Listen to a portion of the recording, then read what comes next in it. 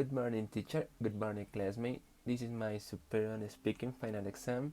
And before to start, I want to congratulate Sharon because she gave us an excellent and marvelous course, and I hope I develop my skills. Let's go. First, I have the whole context of my presentation. I won't read it because it's a huge list, but if you want, you can read and you can have a way in order to understand my presentation. First, we have the speech structure. This is an useful and helpful tool in order to deliver an excellent information, an excellent idea, or an excellent message to a specific audience. We have the structure.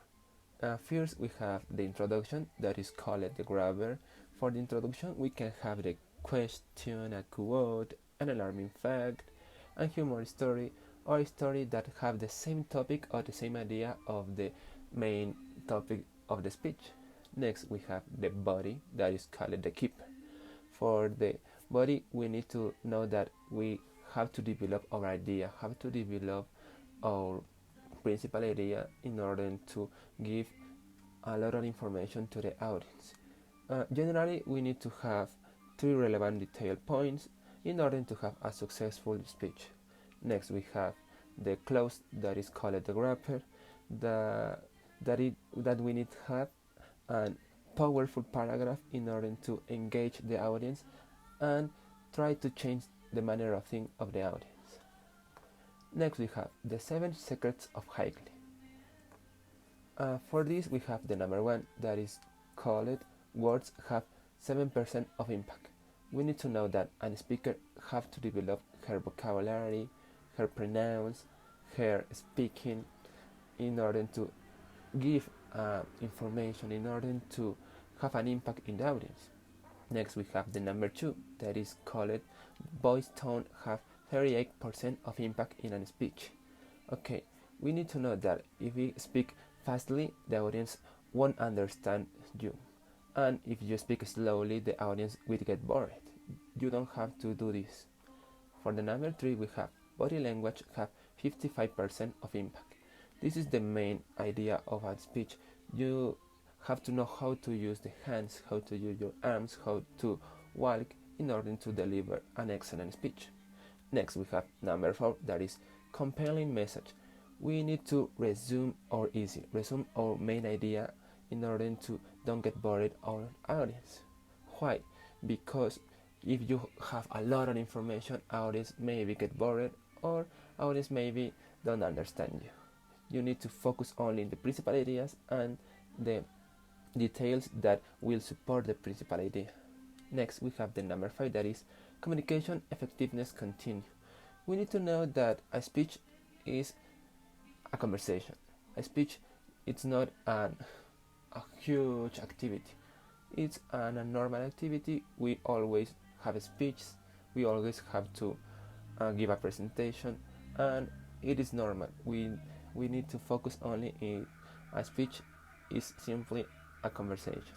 Next, we have the number 7, that is for language of human communication. We need to know that a human learn with a lot of ways, with different ways and different alternatives.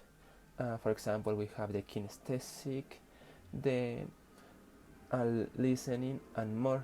We need to know that we can give an information in different ways. Next, we have the number 7, that is obtaining passion. For this, I have only one slide of this topic. What are those things that really make you vibrate, that you don't get bored of? If I don't know what is my addictive passion, how can I get it? For my case, my addictive passion is learning new languages and editing photos. Every time I practice these 2 activities, I get out of my work, I get out of the routine, and I enjoy it. I never get bored of. But I know that if I improve my skills in these 2 activities, I will have something better in the future. That it's a perfect way that you know that it is an authentic passion. The 5 W's question and their importance. We have why, who, when, what, and where. This topic is important because in order to deliver an important speech, an important presentation, or an important final exam, we need to add information. We need to add numbers, graphics. Why? Because the audience wants to know, wants to learn new things, and we need to put our energies in order to deliver specific information that the audience will learn and will enjoy. Okay, next we have the power of quotes. It is certainly a simple but powerful element, and that well used condenses in a few words a powerful idea. I have an example, and is it: be yourself. Everyone else is already taken. Oscar Wilde. You know that a quote have a powerful punch because you create an emotion. You enjoy it. In my case, for example, in this quote, I know that I am unique. I am different from my brother, from my friends, or from my parents. And I need to focus only on me in order to develop my skills and give the 100% to the life. Yes.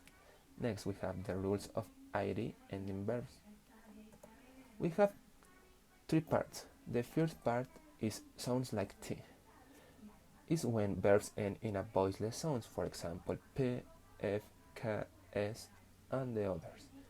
For example, we have worked, dropped, finished, divorced, and more. The second part is sounds like D.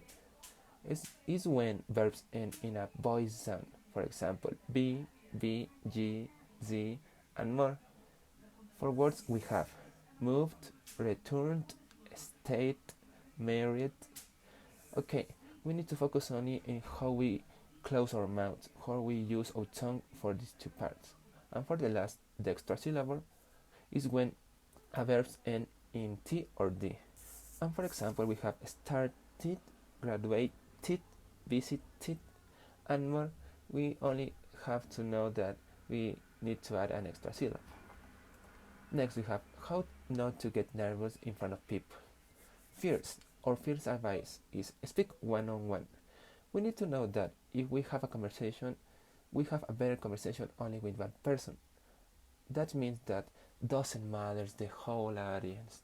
Only you have to focus in one person per time. One person, and one person. And with that, you will improve your speech. You will improve how you deliver the information. Next, we have slow down. With slow down, we only have to know that if we speak slowly, we give information better.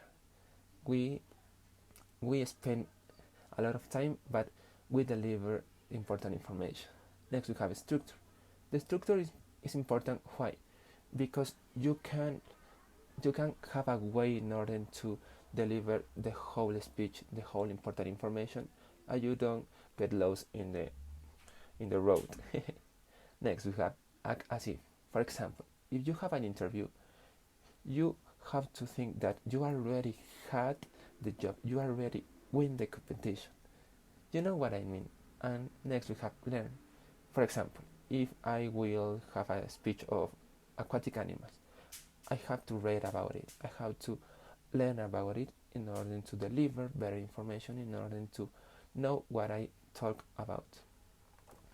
Then we have figurative language. Okay, I have the 4 important figurative language. First, we have simile. For example, is he's as busy as bee. Next, we have the metaphor. That is, a good conscience is a continual Christmas. Next, we have iron. He missed the boat. And next, we have the hyperbole. Mercury is the closest planet to the sun. I have more figurative language, but this is the most important of it. Next, we have the tongue twister. What is the use of a tongue twister? You can improve your pronouns, you can improve your fluency, and you can improve your listening. And for this, I recommend you that always have a tongue twister in your daily life in order to develop these 3 topics. And for example, I thought of thinking of thanking you. You can know the specific meaning of every word in this tongue twister. Okay, next we have how to win every debate. We have this as basis. I will explain it one per one. Switch side. What means that we need to focus on that we have to switch the side of the audience. We need to put the audience of our part. Next, we have the debate duel. We need to use the arguments of the opponent, the ideas of the opponent, in order to use them and win the competition. Next, we have listen. Always we need to know that we have to listen the order. We have to listen the ideas, the sentences, important information, secondary information, I don't know, in order to create a huge to replay him or her. Next, we have read the huge. We need to know what think the other part about the topic. We need to know that maybe it's a good huge or a bad huge, and we need to focus and fight in this point. And the last is think fast. We don't have time, and we need to focus in that. Okay, if I don't have time, I need to create an specific huge in order to replay, in order to win every debate. You need to know that. Then we have cognates. Okay, we have three types of cognates. The true cognates that have the same pronouns and have the same meaning. For example, we have in Spanish actor and in English actor. In Spanish club and in English club. And bar and bar. Next we have partial cognates. That means that they have the same meaning but not the same pronouns. For example, we have action and action, attention and attention, attraction and attraction. Next we have false connect. We need to know that maybe they can pronounce similarly, but they don't have the specific meaning. For example, we have actualmente and actually, blanco and blank, gracioso and gracious. The most important example of this is blanco and blank. The whole audience know that blanco in English is white and blank is other thing. You note that in order to understand the false cognates. Next we have advanced word. I have a list of advanced words that I really enjoy and I will use in the future. Okay, we have utterly, exceedingly, tremendously, gorgeous, woefully, brand, certain, baggy, obsolete, startling, and I have an example with obsolete. My television is obsolete and I need to buy one that have smart TV, that have Netflix and internet connection. And other example could be my partner is gorgeous because he always take a shower, he always go to the gym, and maybe he always go outside and enjoy the life.